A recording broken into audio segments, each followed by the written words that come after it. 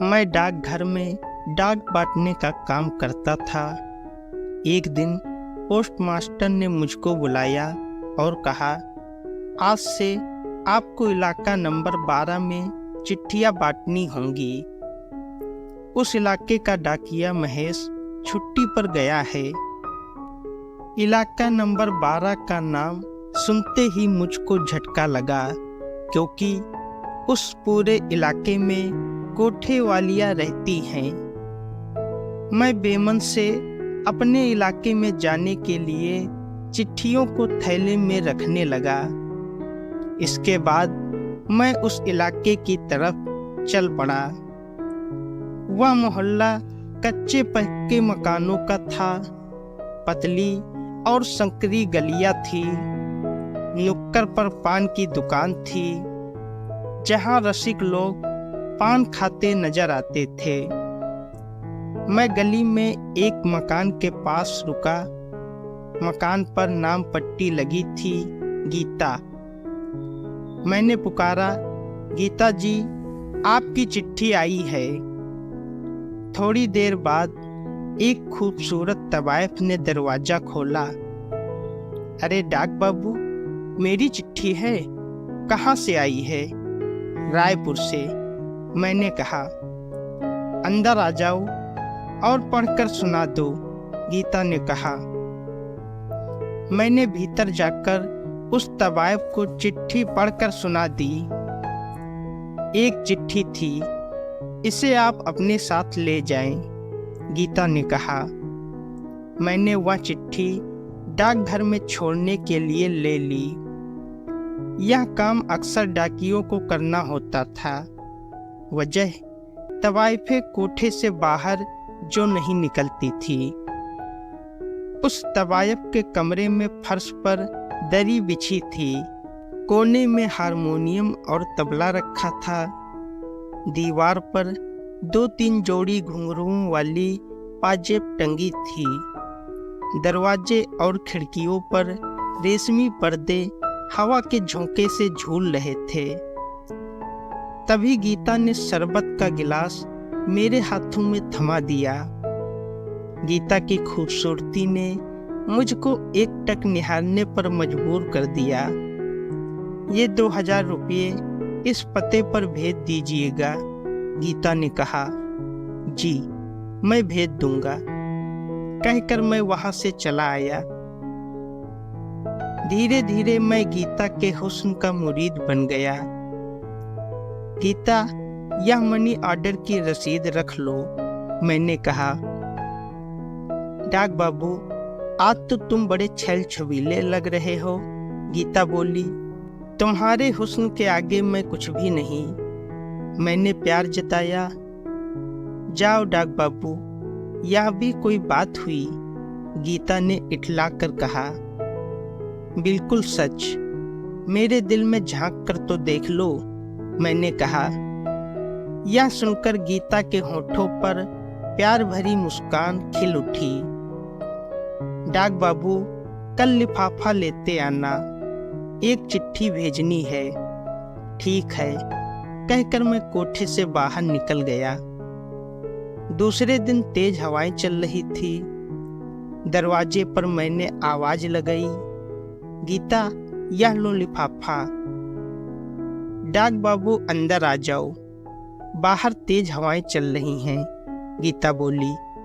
मैं मौसम का लुत्फ उठाता हुआ बोला, गीता, कुदरत ने तुम्हें बेपनाह हुस्न से नवाजा है। यह हुस्न तो आपकी चाहत का दीवाना है, गीता ने कहा। इतना सुनकर मैं गीता का हाथ पकड़कर बोला, मेरा दिल तुम्हें पाने को बेकरार है। इतना कहकर मैंने गीता के नाजुक होठों को चूम लिया। वह भी मेरी बाहों में सिमट गई।